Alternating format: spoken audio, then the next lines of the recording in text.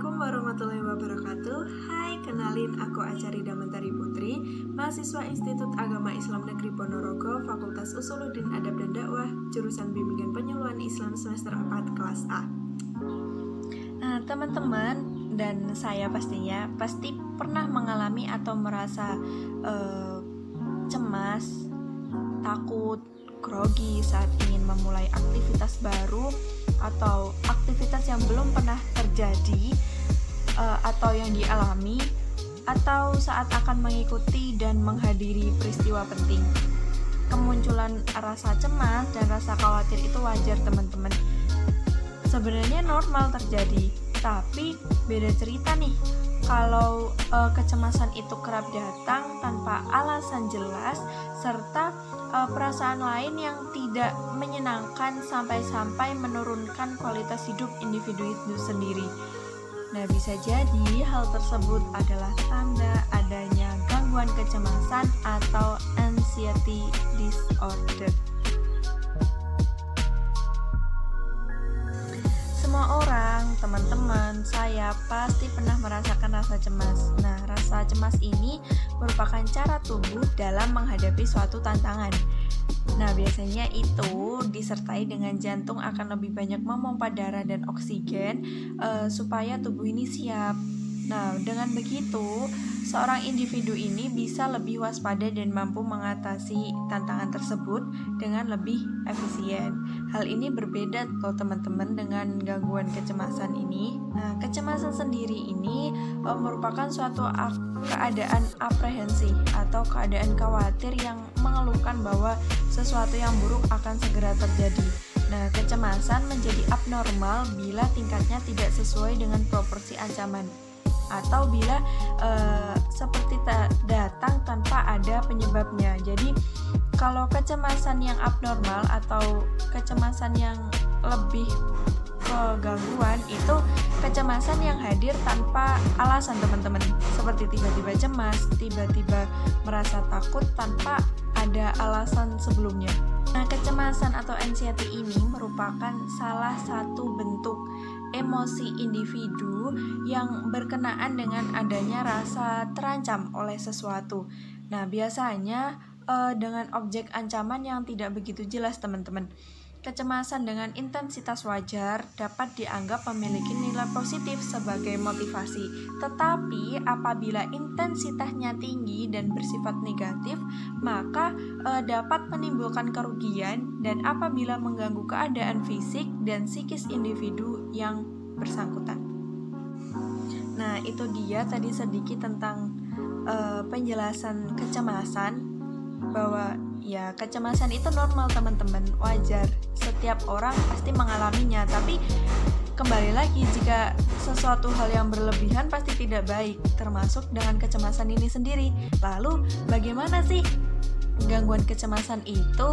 Nah, gangguan kecemasan atau anxiety disorder ini merupakan gangguan psikologis, teman-teman, yang mana mencakup ketegangan motorik seperti bergetar, tidak dapat duduk tenang, tidak dapat bersantai, hiperaktif, mulai dari pusing, jantung berdetak lebih kencang, lebih cepat, dan juga berkeringat, serta harapan-harapan dan pikiran-pikiran yang mendalam. Nah, gangguan kecemasan ini berbeda dari kecemasan sehari-hari yang mungkin kita alami, teman-teman. Gangguan kecemasan ini lebih ke kecemasan yang tidak bisa kita kendalikan, teman-teman. Lalu dapat mengganggu aktivitas kita sehari-hari juga. Ini ada beberapa jenis-jenis gangguan kecemasan. Yang pertama adalah gangguan kecemasan tergeneralisasi. Nah, gangguan ini terdiri atas kecemasan yang bertahan untuk setidaknya 6 bulan. Orang yang gangguan kecemasan tergeneralisasi ini merasa cemas hampir setiap saat. Mereka mungkin mengkhawatirkan pekerjaan, hubungan mereka, kesehatan mereka. Mereka juga mencemaskan hal-hal kecil seperti terlambat untuk sebuah perjanjian, apakah pakaian mereka merasa cocok dengan diri mereka. Lalu kecemasan mereka ini sering bergeser ke satu aspek kehidupan ke aspek yang lain. Adalah gangguan panik. Gangguan panik apa nih? Jadi gangguan panik ini adalah sebuah gangguan kecemasan yang ditandai dengan kemunculan ketakutan akan teror yang tiba-tiba datang dan berulang. Dalam panic disorder, seseorang mengalami secara berulang-ulang kemunculan mendadak dari sebuah teror yang sangat intens. Tiga adalah gangguan fobia. Gangguan fobia atau phobia disorder ini merupakan gangguan kecemasan. Sebuah bentuk gangguan kecemasan di mana individu memiliki ketakutan irasional berlebihan terhadap suatu objek tertentu atau situasi. Adalah gangguan obsessive compulsive. Obsessive compulsive disorder atau OCD merupakan gangguan kecemasan di mana individu memiliki pikiran-pikiran yang menimbulkan kecemasan yang tidak dapat hilang begitu saja atau obsesi, dan dorongan-dorongan untuk melakukan perilaku berulang, ritual untuk mencegah atau menghasilkan suatu situasi atau kompulsi. Lalu ada gangguan stres pasca trauma. Nah, post traumatic stress disorder atau PTSD merupakan sebuah gangguan kecemasan yang berkembang melalui paparan terhadap suatu kejadian traumatis, situasi-situasi yang menekan, penyiksaan yang parah, dan bencana alam maupun bencana akibat kelalaian manusia. Lalu ada gangguan kecemasan sosial. Nah, gangguan kecemasan sosial ini merupakan ketakutan terhadap situasi sosial di mana individu berada di tengah-tengah lingkungan baru yang ada kemungkinan menghadapi tekanan dari individu lainnya. Yang selanjutnya adalah gejala.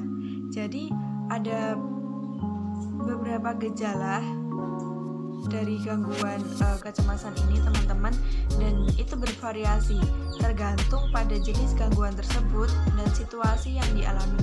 Yang pasti gejala ini bisa muncul meski tidak sedang dalam kondisi tertekan.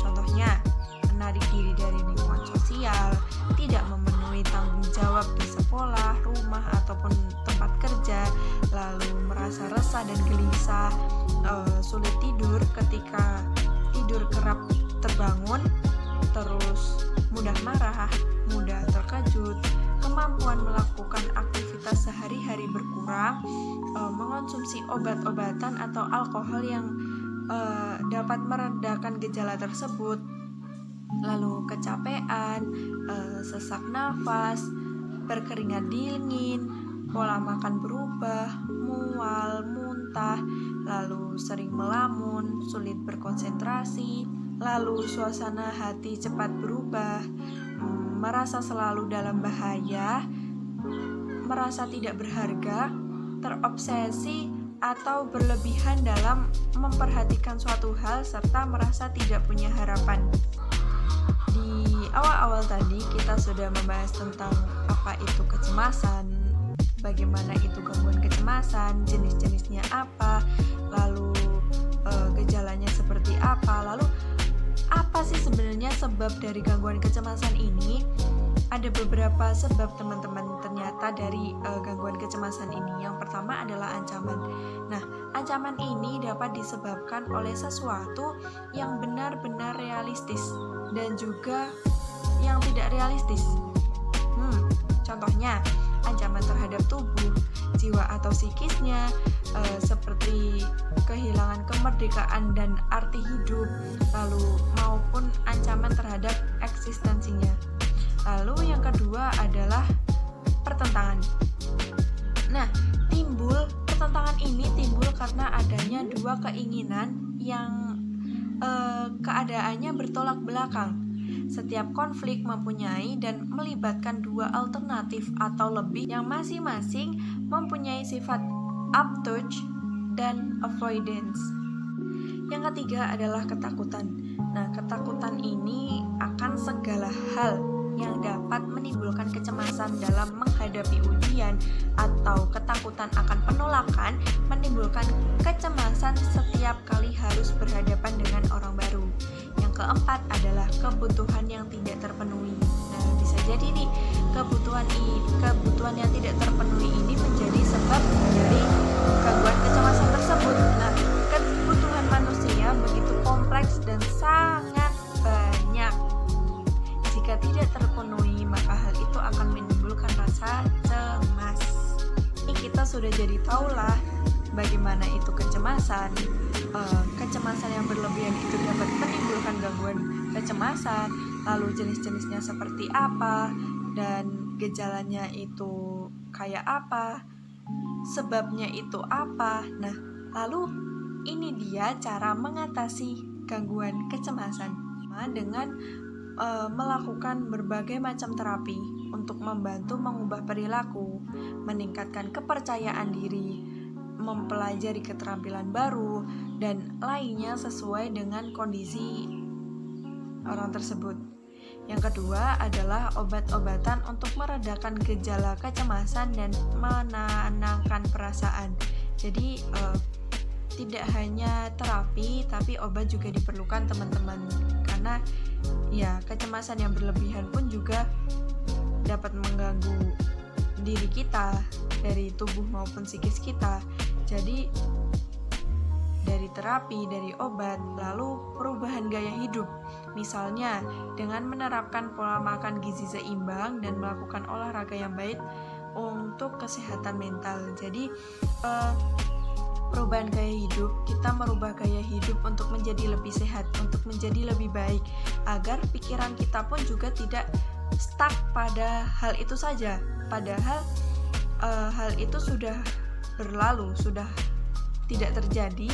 Lalu jika kita terus-terusan untuk terpuruk akan keadaan itu pun juga akan mempengaruhi tubuh kita, mempengaruhi jiwa kita. Nah, lalu dengan mengikuti support group atau kelompok individu yang memiliki masalah serupa untuk berbagi dan mendiskusikan pengalaman bersama.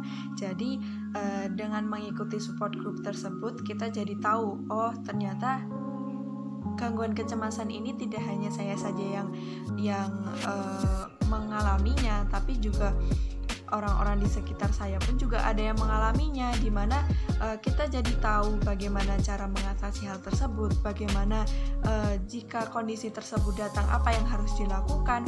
Dengan bersama-sama pun juga mengurangi pikiran kosong. Jadi pikiran kita juga jadi tidak kosong, tidak akan timbul rasa cemas-cemas lagi jika kita tidak merasa sendiri, teman-teman. Dia pembahasan yang bisa disampaikan tentang gangguan kecemasan atau anxiety disorder. Semoga bermanfaat, semoga dapat menambah wawasan kita semua juga. Sekian dari saya. Wassalamualaikum warahmatullahi wabarakatuh.